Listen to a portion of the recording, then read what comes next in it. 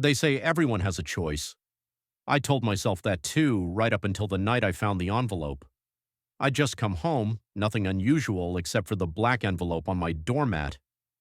At first it seemed normal, but the longer I stared, the heavier it felt.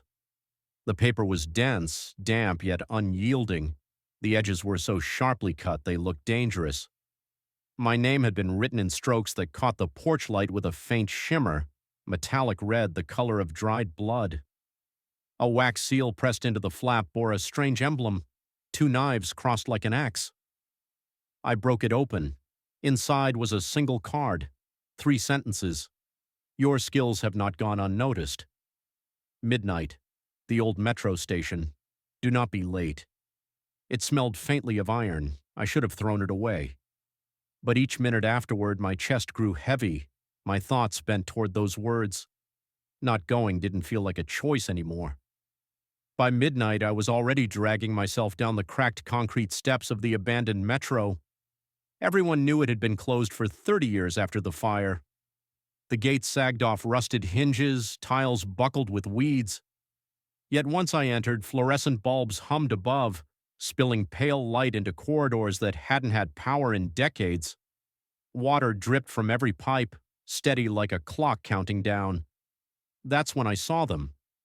A dozen figures lined the shadowed platform. None spoke. Some wore porcelain masks, others gas masks, or skulls carved black.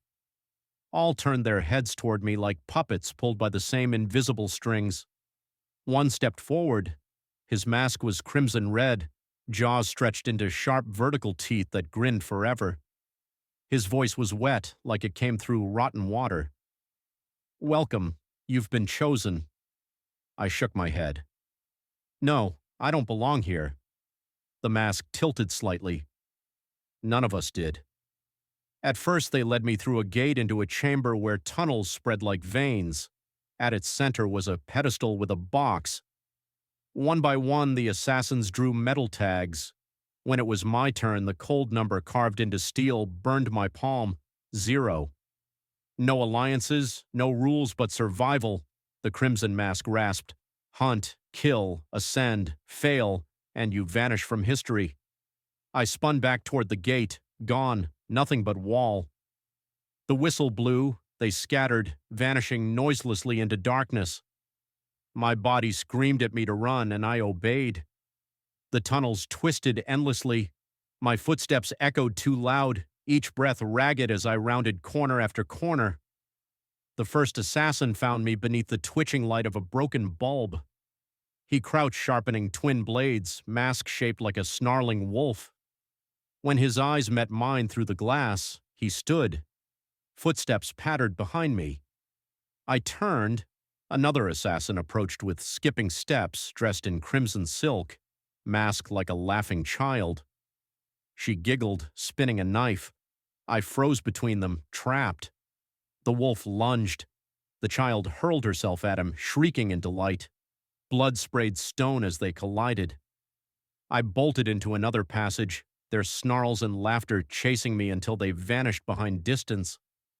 Later, I entered a chamber lined with broken mirrors. My reflection stuttered and twitched, smiling when I didn't.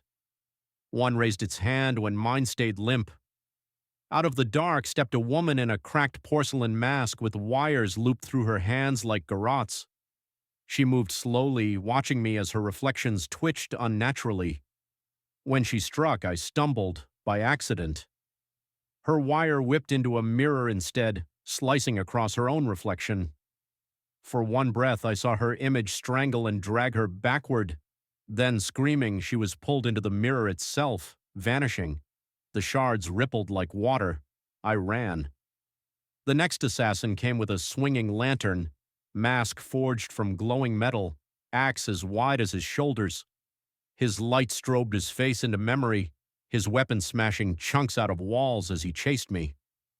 I ripped a pipe from the wall while fleeing, jammed it into a stairwell corner. When he swung down, sparks shrieked off the pipe and stone. His axe lodged itself deep. His howl followed me while I fled, lungs searing in my chest. Minutes or hours, I don't know. The tunnels carved time out of me. My watch spun backward, ticking erratically. Hallways repeated as though I circled an endless loop. Statues appeared in niches, faces screaming, some too detailed to be stone. Exhaustion dragged me until I stumbled into a larger chamber. A single bulb swung above a chair, spiked through with rusted nails. On it lay an envelope. I opened it with shaking hands. The words inside dripped ink like veins filling. Round 2, survivors only. The noise reached me then, boots crunching water, dozens, the tunnels filled with shadows stepping closer. One by one, assassins emerged into the dim swing of the bulb, bird skulls, porcelain grins, masks dripping fresh blood, others spotless. My stomach dropped. Some had killed, some had survived, but round 1 was over. They ringed me in silence. Until the crimson mask entered last, grin spread forever. Round 1 ends, he whispered. 0 lasts only once. The bulb blinked, flickered, then died. In the dark, a blade pressed lightly to my throat. Parted air against my ear whispered softly, "Now it's your turn."